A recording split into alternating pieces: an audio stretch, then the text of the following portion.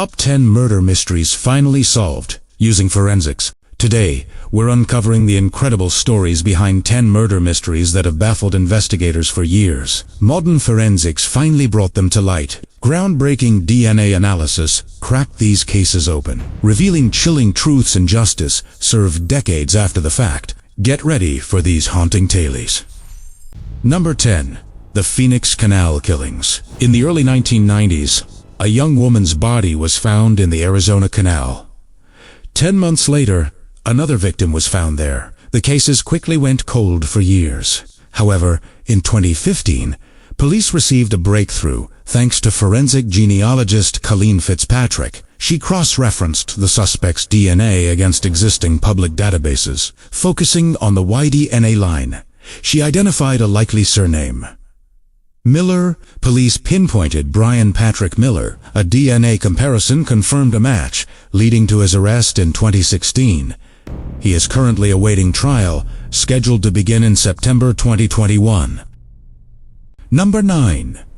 The Lake City Torso Murder. More than 25 years ago, a dismembered body was found behind a gas station. Evidence included a blood-soaked flannel shirt, mattress cover, and bloody knives. Despite DNA from both killer and victim, identities remained a mystery for decades. In 2015, modern testing identified the victim as 16-year-old Fred Laster. Police identified Ronnie Leon Hyde, a former youth pastor and family friend, as a suspect. Hyde was the last person to see Fred alive and changed his story multiple times. Police matched Hyde's DNA to the flannel shirt. A car similar to a Chevy Camaro was seen leaving the scene. The 60-year-old former pastor was arrested and is currently awaiting trial.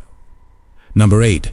The Crystal Beslanowicz Murder. In 1995, 17-year-old Crystal was found bludgeoned to death. Police found the murder weapon, a blood-stained rock.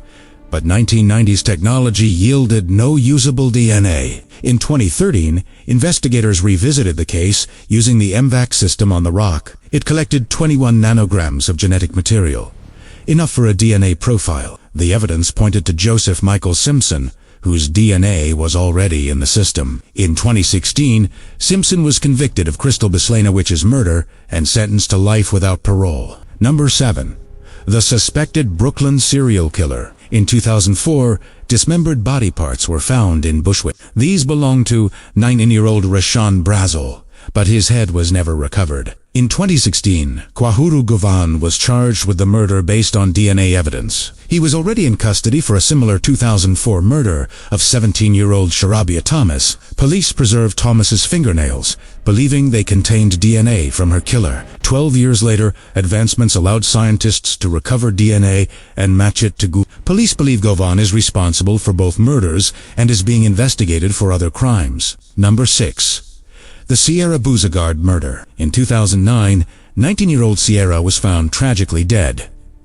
The cause of death was blunt force trauma to the head. The case quickly went cold. In 2015, new snapshot technology extracted physical appearance from DNA samples. The sketch depicted a white male with fair skin, green or blue eyes, and brown or black hair. In 2017, a tip led them to Blake Russell, who fit the description remarkably well. Investigators obtained his DNA from a discarded item and matched it to the crime scene. Russell was charged with second-degree murder. He was later found hanging in jail. Number 5. The Murder of Nova Welsh.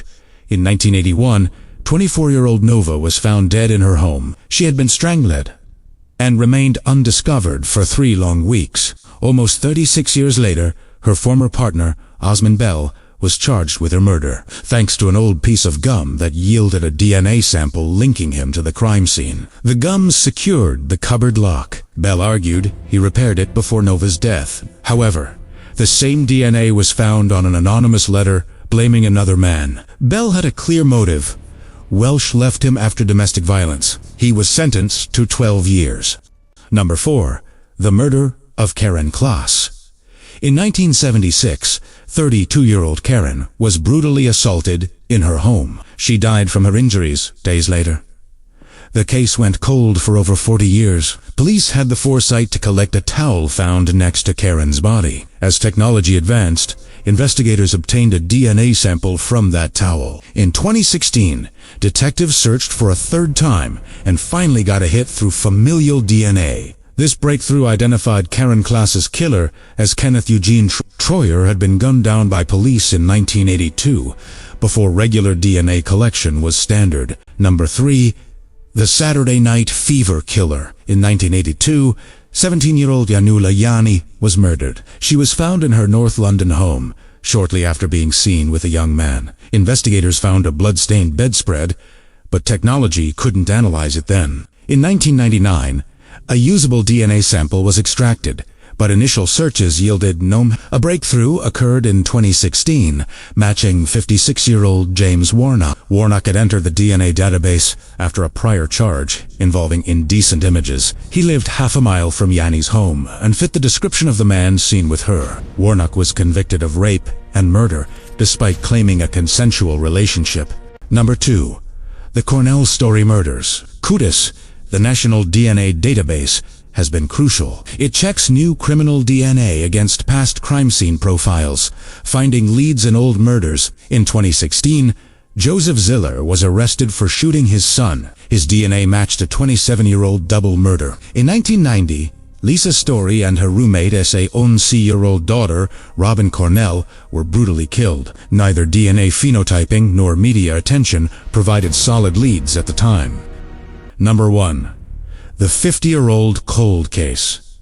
New Jersey State Police use advanced amplification kits. This allows for amplification of DNA samples, retrieving usable samples from tiny sources. In 2016, this technique solved the 50-year-old murder of Mary Agnes Klinsky. Mary was a teenager in 1965 when her body was discovered. Police preserved biological evidence. Investigators confirmed Mary Klinsky was a victim of serial killer Robert Zirinsky. Zirinsky died in 2008, but Klinsky may have been his first victim. Police hope this new tool will aid in solving other long-standing cold cases. Thank you for joining us on this journey through forensic breakthroughs here on Twisted Tales. These cases remind us of the power of science and determination in the pursuit of justice. Which case surprised you the most? Let us know in the comments below. Don't forget to like, subscribe, and hit that notification bell for more intriguing stories from the darker side of history. Until next time, stay curious and vigilant.